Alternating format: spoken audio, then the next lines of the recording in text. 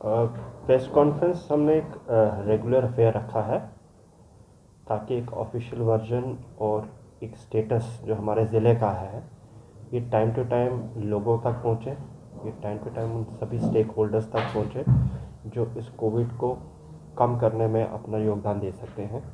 एक फोरम मिल जाए हमारा जिसमें यहाँ से जो भी कोई रिक्वायरमेंट है इसको कम करने की, उसके लिए एक मैसेज बड़े इफेक्टिवली पास ऑन हो जाए। तो पिछली कॉन्फ्रेंस हमने की थी फ्राइडे को, तो आज फिर एक और अपडेटेड स्टेटस के साथ मैं आपके सामने हूँ। तो डोडा में जो पोजीशन है इस समय हमारे पास 872 एक्टिव केसेस हैं और एक्टिव केसेस में से सिर्फ 53 ही ऐसे केसेस हैं जिनको हॉस्पिटलाइज करने की ज़रूरत पड़ी और उनमें से जीएमसी में है हमारे और कुछ एसडीएच भद्रवाह में केसेस हैं। बाकी जो केसेस हैं 53 के अलावा वो केसेस जो है वो होम आइसोलेशन में है और हमारे जो होम आइसोलेशन केसेस में है उसमें एक बड़ा इम्पॉर्टेंट है कि वो लोग अपने आप को पूरा मॉनिटर करें। उसके लिए उनको ऑनरेबल एलजी साहब की इंस्ट्रक्शन से हम कोविड किट हर किसी को प्रोवाइड हुई है। उस कोविड किट में पल्स ऑक्सीमीटर, एजिथ्रोमाइसिन, बाकी एंटीबायोटिक और जो भी दवाइयाँ हैं, विटामिन है, जो जो रिक्वायरमेंट है इसकी ट्रीटमेंट के लिए वो पूरे के पूरे कोविड किट बनाई गई है, वो उनको सभी को डिस्ट्रीब्यूट हुई है।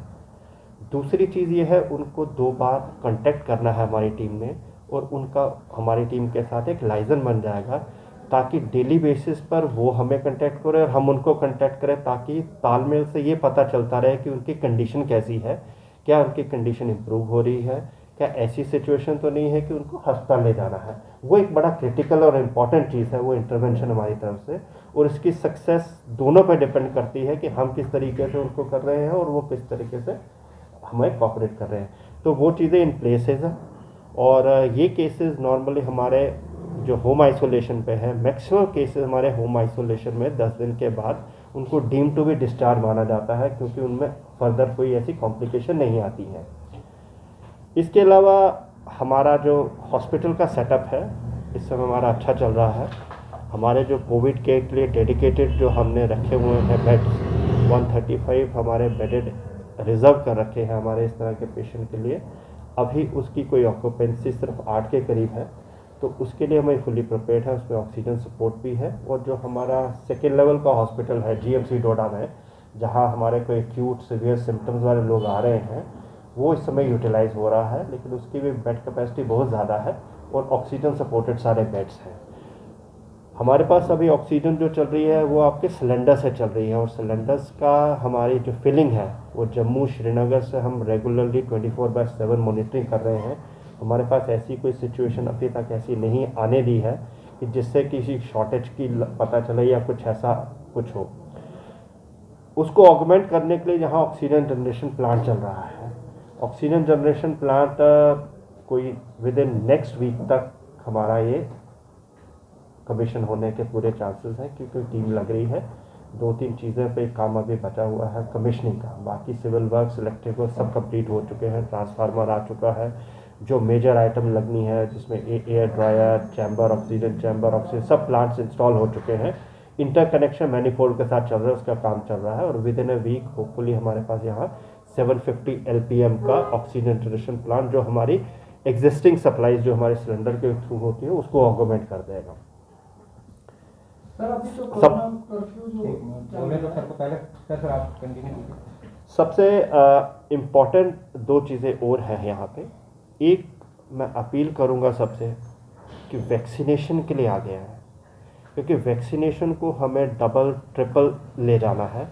उसके लिए बहुत इम्पॉर्टेंट है लोग वॉलंटियर करके हम पे इतना प्रेशर डालें कि हमें साइट्स डबल से ट्रिपल करनी पड़े। इस समय हमारे पास 19 साइट्स थी कुछ देर पहले वैक्सीनेशन साइट्स, उसको बढ़ा के हमने 34 तक ले गए हैं।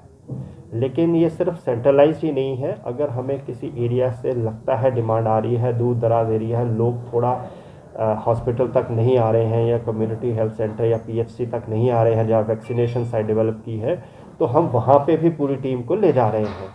उसके लिए मेरी लोगों से सभी से अपील है, इलेक्टेड रिप्रेजेंटेटिव से अपील है, इवन मीडिया पर्सन से अपील है, क्योंकि आप जगह जगह जाते हैं ऐसे एरियाज़ जहाँ आपको लगता है कि नहीं यहाँ पे बेटर है कि यहीं पे कैंप किया जाए, तो वो मेरे नॉलेज में, तहसीलदार साहब के नॉलेज में, बीएमओ सीएमओ को नॉलेज में ले जाए, तो next day with in days हम वहाँ पे पूरी vaccination team on the spot ले जाएंगे, ताकि लोगों को इनकन्वीनियंस ना हो और हमें वहाँ से वैक्सीनेशन में जो हमारी कवरेज है वो इम्प्रूव हो जाए। तो वैक्सीनेशन कवरिंग बड़ी इंपॉर्टेंट है। इस समय हमारा जो 45 से ऊपर वाला टारगेट ग्रुप है जो अभी चल रहा है, अभी वो कंप्लीट नहीं हुआ है, उस पर बहुत इंपॉर्टेंट है ये करना। तो वो जगह जगह हम कोशिश कर रहे हैं, अवेयरनेस हो, लोगों को जगह जगह कैंप लगाने की कोशिश कर रहे हैं, चाहे वो म्यूनसिपल एरिया हो या रूरल एरियाज हो। तो उसमें डॉक्टर्स की टीम्स हैं और टीम हम और भी इंक्रीज़ कर सकते हैं, तो लिहाजा ये बढ़ाने की ज़रूरत है। तो मेरा भी आपसे यही रिक्वेस्ट है, जहाँ जहाँ आप जाते हैं तो फर्स्ट चीज़ यही असेसमेंट कर लीजिए कि लोग ज़्यादा से ज़्यादा इसमें शामिल हों, क्योंकि वैक्सीनेशन ही ऐसी चीज़ है जिससे हम किसी हद तक बचा जा सकता है। उसमें अगर कहीं बार बाय चांस कोविड आता भी है तो सिम्टम्स बड़े माइल्ड रहते हैं, सिवियर नहीं होते और बॉडी को पूरी ताकत मिलती है उससे लड़ने के। क्योंकि सिचुएशन ख़राब हो रही थी in general through out the state और हमारी जो यूटी में है और पूरे ऑल ओवर इंडिया, तो लॉकडाउन कुछ देर से हम कंटिन्यू कर रहे हैं और पीछे भी यही पाया गया है कि हमें लॉकडाउन और एटलीस्ट एक हफ्ते के लिए और बढ़ाना है। उससे क्या होता है कि फुटफॉल कम होता है और चेन ब्रेकेज में मदद मिलती है। तो मेरी आज ही एसएसपी साहब से फिर बात हुई है कि हमें इसको स्ट्रिक्टली इम्प्लीमेंट करना है, ताकि जो ज़रूरतमंद है वही कोई ऐसी एक्स्ट्राऑर्डिनरी सिचुएशन ही आए तभी वो बाहर निकले। उसके लिए पासेस का भी इंतज़ाम यहाँ ऑनलाइन सिस्टम हमने स्टार्ट कर दिया है, जहाँ जिस लोगों को किसी अर्जेंसी में कोई काम है तो वो पासेस के लिए ऑनलाइन अप्लाई कर सकता है। तो सर, जो वैक्सीनेशन का आपने कहा, अभी तो कुछ टाइम पहले वार्ड्स में भी वैक्सीनेशन ड्राइव की थी और उसमें काफ़ी सुधार देखने को मिला कि लोगों ने ज़्यादा पार्टिसिपेट किया। तो आगे वो चलता जाएगा हर वार्ड्स में, ताकि लोग वार्ड वाइज भी मैंने कहा है कि वार्ड वाइज आप कैंप करिए, टारगेटेड ग्रुप्स को कैंप करिए, जिन लोगों को ज़्यादा वल्नरेबल ग्रुप्स हैं उनके पास जाइए। तो ये सिर्फ महदूद नहीं रहना है कि हम वही साइट्स पे ही रहे, वहीं पीएचसी सीएचसी जहाँ वैक्सीनेशन सेंटर स्थापित किए वहीं पे रहे। अब बाहर निकल के कैंप्स अलग अलग जगह भी करिए। सर, कितने कंटेनमेंट जोन है अभी पूरे डिस्ट्रिक्ट में? हमारे पास कंटेनमेंट जोन अब तकरीबन डेली बेसिस पर हमारे पास बन रहे हैं। 6 हम ऑलरेडी बना चुके हैं। तो और भी जिस तरह के ट्रेंड्स आते जा रहे हैं उससे ये होता है कि उन एरियाज़ में जहाँ पॉजिटिविटी ज़्यादा है तो हमारा उस एरिया में ज़्यादा फोकस होना चाहिए, क्योंकि वहाँ पे पॉजिटिविटी रेट ज़्यादा है। तो इसका मतलब ये है कि हमें फुल टेस्टिंग करने की वहाँ ज़रूरत है, ताकि वो एरिया एक तो कॉर्डन हो जाए, कहीं अंदर बाहर कोई और फर्दर आपकी प्रोपिगेशन ना हो इस तरह का डिजीज़, और उस एरिया को मेंटेन किया जाए ताकि उस लोगों को हम थोड़ा सा एक ट्रीटमेंट भी इलाज करवा सके सही टाइम पर। कहीं ऐसे लोग हैं जो घर के अंदर ही हैं, ये बड़ा एक क्यूरियस सा एस्पेक्ट है जो थ्रू आउट हमारी यूटी में नज़र आ रहा है कि लोग थोड़ा सा, कई लोग झिझक रहे हैं, वो अपने आप को अनाउंस नहीं कर रहे हैं कि हमें प्रॉब्लम है। उससे क्या होता है कि लेट जब हॉस्पिटल में कोई पहुंचता है, लेट पहुंचने के बाद बड़ा कम टाइम होता है जिसमें हम इंटरवीन कर सकते हैं डॉक्टर्स। तो बड़ा इंपॉर्टेंट है इस चीज़ को छुपाए नहीं पब्लिक। थोड़ी सी भी कोई प्रॉब्लम है तो इमीडिएटली बता दें ताकि उसका इलाज शुरू हो जाए। ये कोई बड़ी चीज़ नहीं है, सारे लोग, बड़े मैक्सिमम लोग जो है इमीडिएटली 2-4-5 दिन के अंदर अंदर वापस नॉर्मल आ गए हैं। और ये एक थोड़ा सा ही एक्सट्रीम केस है जो आपका फीवर आता है, थ्रोट इन्फेक्शन होती है, सही टाइम पे ट्रीटमेंट होके वो बच जाता है। लेकिन अगर थोड़ा सा भी प्रोलॉन्ग होता है, 5-6 दिन हो जाते हैं, तो और कोई कॉम्प्लिकेशन जिसमें लंग्स की इन्वॉल्वमेंट हो जाती है, तो उस टाइम हॉस्पिटलाइज करना, वेंटिलेशन पर डालना, तो कोई कॉम्प्लिकेशन होने के चांसेस हो जाते हैं, स्पेशली उन केसेस में भी जहाँ कहीं कोमॉर्बिडिटी है, कहीं और डिजीजेज हैं। तो उससे क्या होता है कि कोरोना भी साथ में आ जाता है तो वो डबल उसको इन्फ्लिक्ट हो जाता है। तो वो बड़ी इंपॉर्टेंट है कि लोग खुद को बता दीजिए। उसी के लिए हमने एक डोर टू डोर मॉपिंग सर्वे किया है जो ऑलमोस्ट अब कंप्लीशन स्टेज पे है, 90% से ऊपर हो चुका है। उसमें हमने टीम्स बनाई थी ब्लॉक नीचे बीएलओ लेवल पे, उसमें बीएलओ था, उसमें आशा वर्कर थी, आंगनवाड़ी वर्कर थी, इन सबको हमने घर घर में भेजा था ताकि लोगों से ये पता चल जाए कि सब ठीक है, कोई दिक्कत तो नहीं है। उनमें से कोई ऐसा है जिसको हॉस्पिटलाइज करने की ज़रूरत है या जिसको होम आइसोलेशन में ही आपको मॉनिटर करने की ज़रूरत है। तो काफ़ी केसेस उन्होंने हमें रेफ़र किए कि इनको हॉस्पिटलाइज करने की ज़रूरत है। तो हमने ये मुनासिब समझा कि एक सेकेंड स्टेज पे भी इंटरवेंशन की जाए। तो हमने उन केसेस के लिए स्पेशली डॉक्टर्स को उन्हीं के घर में भेजा, क्योंकि हम उनको सभी को उठा के हॉस्पिटल में ले आए और फिर हो सकता है उनकी असेसमेंट ऐसी हो कि इस हॉस्पिटल में ज़रूरत नहीं थी, होम आइसोलेशन की ज़रूरत थी। तो मेडिकल एक्सपर्ट्स को हमने उनके घर में भेज कर उनसे राइटिंग रिपोर्ट ली है कि हर केस के लिए क्या होना चाहिए। कईयों को उन्होंने रिकमेंड किया कि इनको घर में ही रखिए, ये ठीक है, ख़राब नहीं है, लेकिन जस्ट इनको मॉनिटर करना है, जैसे हम कोविड पॉजिटिव को होम आइसोलेशन में करते हैं। कई ऐसे केसेस उन्होंने बताया कि आप नियरेस्ट जो हमारा PHC या CHC है उनमें ले जाइए, इनकी इतनी ख़राब हालत नहीं है कि इनको GMC डोडा में लाना चाहिए। और कई केसेस उन्होंने एक बार डोडा के लिए कहे गए हैं। तो वो सेकंड स्टेज का इंटरवेंशन बड़ा इंपॉर्टेंट है।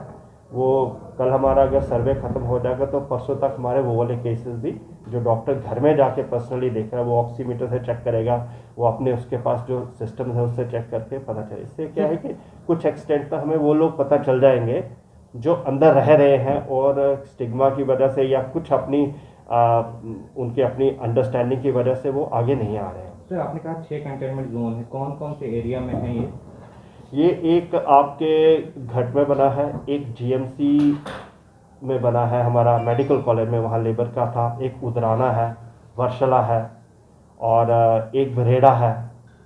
तो इन कंटेनमेंट जोन में क्या क्या कर रहे हैं आप, किस तरह इन कंटेनमेंट जोन में बेसिकली क्या होता है कि एक तो इम्पॉर्टेंट है कि इस एरियाज़ को हम थोड़ा सा सैनिटाइज कम्प्लीटली करते हैं, that is number 1 requirement. Number 2 requirement complete testing होती है, कंप्लीट टेस्टिंग उन एरियाज़ के बीच में होती है। दूसरा, इधर से उधर जाने का वो प्रावधान ख़त्म किया होता है ताकि ये लोग ना बाहर से कोई अंदर आ सके ना अंदर से बाहर आ सके। हमने कुछ रिव्यू में डेली बेसिस पे करता हूँ, इनको और स्ट्रेंथन करने की ज़रूरत है, क्योंकि यही बड़े इंपॉर्टेंट है कि इन चीज़ों को अगर हम प्रॉपर्ली स्ट्रेंथन कर सकें तो ये बीमारी वहीं पे रुक जाएगी और वहीं पे कंटेन हो जाएगी। तो सर एक इम्पॉर्टेंट है टेस्टिंग का, मैं फिर आपसे अपील करूँगा फाइनली, टेस्टिंग और वैक्सीनेशन।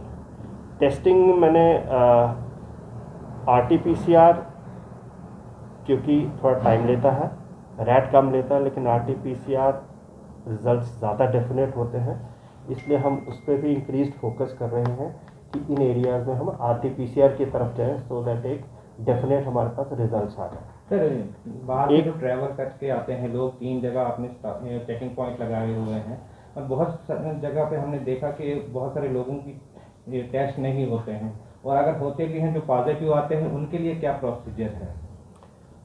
ये जो केसेस हमारे पास इमीडिएटली जो टेस्टिंग होती है उसमें तो रैट में इमीडिएटली रिजल्ट आते हैं।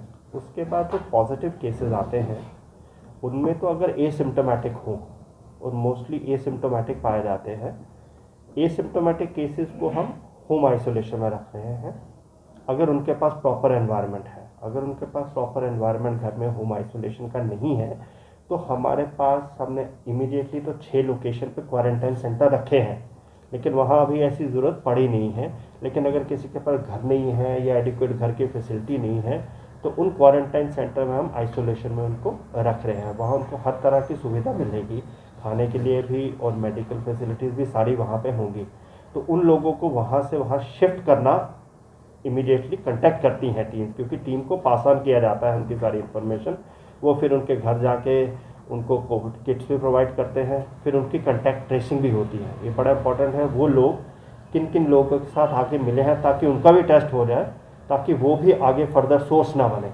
तो ये चीज़ें इन प्लेस हैं। मतलब ग्राउंड पे ऐसा कुछ हो नहीं रहा है, जो भी वहाँ से पॉजिटिव आ रहे हैं, एक तो वो टेस्ट होते नहीं है बहुत सारे लोगों के, वो किस तरह से नहीं होते वो मुझे नहीं पता है, और जो आते भी है उनको बोला जाता है कि आप पॉजिटिव हैं आप घर जाएं, कोई भी इंश्योर नहीं करता है वो घर गए हैं नहीं, वो होता है, वो टीम अलग होती है वहाँ से। और दूसरी बात सर, रात को बहुत सारी गाड़ियाँ चलती है, दिन को बहुत सारे लोग जो है पीछे रुक जाते हैं। रात को बहुत पास होती है गाड़ियाँ, दिन को टेस्ट होते हैं, रात को टेस्ट नहीं होता।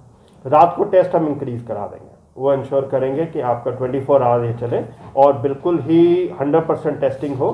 वो अगर कहीं जगह कहीं स्लैकनेस होती है उसके लिए हमने बहुत सारे लोग देखे जिनका पॉजिटिव रिपोर्ट आई है मगर वो ऐसे घूम रहे हैं। सर में ग्राउंड लेवल इस तरह का एक्शन अगर कोई दिख जाता है तो अगर आपको कोई ऐसा केस नज़र आता है, अगर आपको ऐसा कोई केस नज़र आता है इमीडिएटली मेरे नॉलेज में लाइएगा, क्योंकि इस तरह का केस कोई आया नहीं है मेरे नोटिस में।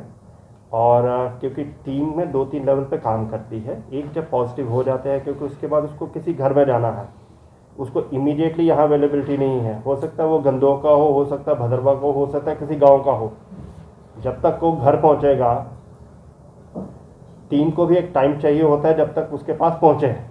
तो उस दौरान जो टाइम पीरियड है, हो सकता है उस टाइम पीरियड की आप बात कर रहे हो, लेकिन अगर कोई ऐसा स्पेसिफिक केसेस है तो हमारे लिए टेस्ट चेक के लिए बड़ा अच्छा केस बन जाएगा। और अगर ऐसा किसी की लैब्स इस वजह से है तो उसको भी एक एग्जाम्पलरी एक्शन उसके अगेंस्ट हो जाएगा ताकि बाकी सतर्क रह जाएंगे।